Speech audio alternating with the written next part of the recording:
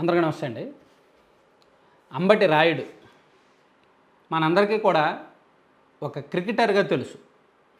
కానీ మొదటిసారిగా ఆయన పొలిటీషియన్గా వైఎస్ఆర్ కాంగ్రెస్ పార్టీలోకి అధికారికంగా నిన్న జాయిన్ అయ్యారు.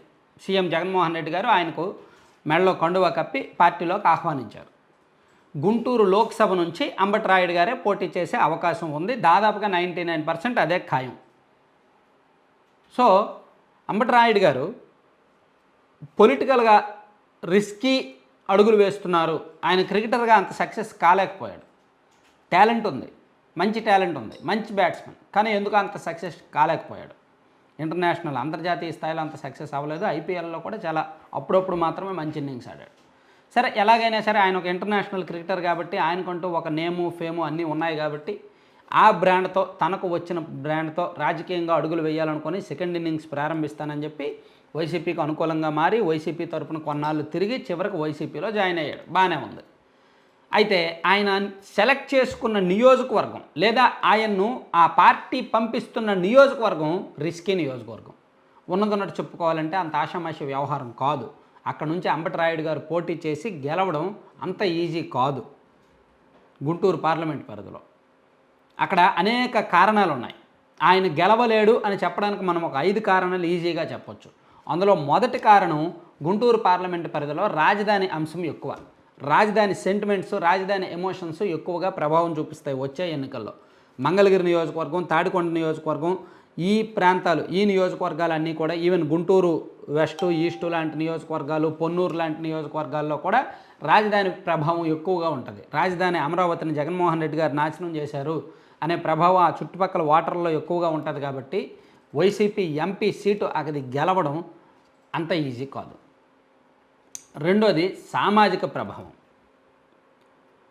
గుంటూరు పార్లమెంటు పరిధిలో దాదాపుగా 14.5 లక్షల ఓట్లు ఉంటే అందులో ఎక్కువగా ప్రభావం చూపించేది అంటే సంఖ్యాపరంగా బీసీలు, ఎస్సీలు ఎక్కువ. సంఖ్యాపరంగా బీసీ ఓటింగ్ అక్కడ 52% ఉన్నది. ఎస్సీల ఓటింగు 17% ఉన్నారు.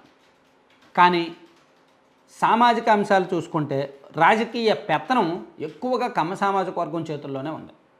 కమ్మ, ఆ తర్వాత కాపులు, ఆ తర్వాత రెడ్డీసు ఓట్లు ఎక్కువగానే ఉన్నప్పటికీ, ముస్లిమ్స్ ఓట్లు ఎక్కువగానే ఉన్నప్పటికీ రాజకీయ పెత్తనం ఎక్కువగా కమ్మ సామాజిక వర్గం చేతుల్లో ఉంది. సో ఆ ప్రాంతంలో ఉన్న కమ్మ సామాజిక వర్గం ఇంతకుముందు ఒక 30%, 35% వైసీపీకి కూడా వేసేవాళ్ళు. కానీ ఈ వైసీపీ ప్రభుత్వం వచ్చిన తర్వాత రాజధాని అంశమైతేనేమి, ఒక సామాజిక వర్గాన్ని పర్టికులర్గా టార్గెట్ చేస్తున్నారు అనే అంశమైతేనేమి, గుంటూరు అర్బన్ ఏరియా ఏమీ డెవలప్ అవ్వలేదు అనే కారణమైతేనేమి, ఇటువంటి కారణాల కారణంగా గుంటూరు పార్లమెంటు పరిధిలో కమ్మ సామాజిక వర్గం వైసీపీకి గతంలో 35%, 30% పాజిటివ్గా ఉన్నప్పటికీ ఇప్పుడు 10% కూడా వైసీపీ పట్ల సానుకూలంగా లేరు. వైఎస్ఆర్ కాంగ్రెస్ పార్టీలోనే ఉన్న కమ్మ సామాజిక వర్గం వాళ్ళు కూడా మళ్ళీ పునరాలోచించాల్సిన పరిస్థితి వస్తుంది ఆ పార్టీ అంటే. సో అది అంబటి రాంబాబు గారికి అంత ఈజీ కాదు. అంబటి రాంబాబు గారు కాపు సామాజిక వర్గానికి చెందిన నాయకుడు. కానీ అక్కడ ఇతర సామాజిక వర్గాల నుంచి బహుశా సహకారం ఉండకపోవచ్చు. ఇక మూడోది, వైఎస్ఆర్ కాంగ్రెస్ పార్టీలో అంతర్గత విభేదాలు. మంగళగిరి నియోజకవర్గం చూసుకుంటే అక్కడ ఆళ్ల రామకృష్ణారెడ్డి గారు పార్టీకి రిజైన్ చేసి బయటకు వచ్చేసారు. ఇప్పుడు ఉన్న నాయకుల్లోనే 3-4 గ్రూపులు ఉన్నాయి.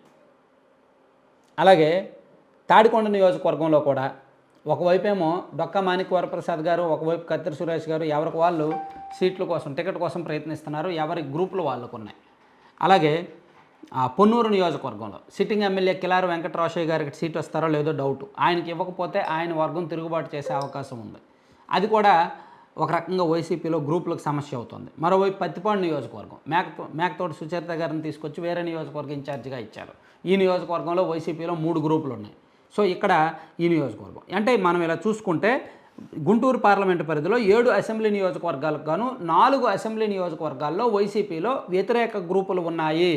ఈ గ్రూపులు ఉన్న కారణంగా ఏదో ఒక గ్రూపు అంబటి రాయుడు గారికి సపోర్ట్గా ఉన్నప్పటికీ మిగిలిన వాళ్ళు వైసీపీ కోసం పనిచేసే పరిస్థితిలో లేరు. అది మరో పెద్ద సమస్య కాబోతోంది.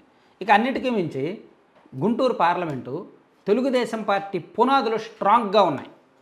2019 ఎన్నికల్లో అంత ఎదురుగాలిలో కూడా ఆ నియోజకవర్గాన్ని టీడీపీ గెలుచుకోగలిగింది. తక్కువ మెజార్టీతో అయినా గెలుచుకోగలిగింది.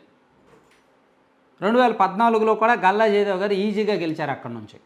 అంటే ఇక్కడ తెలుగుదేశం పార్టీ కార్యవర్గం, తెలుగుదేశం పార్టీ పునాదులు స్ట్రాంగ్గా ఉన్నాయి.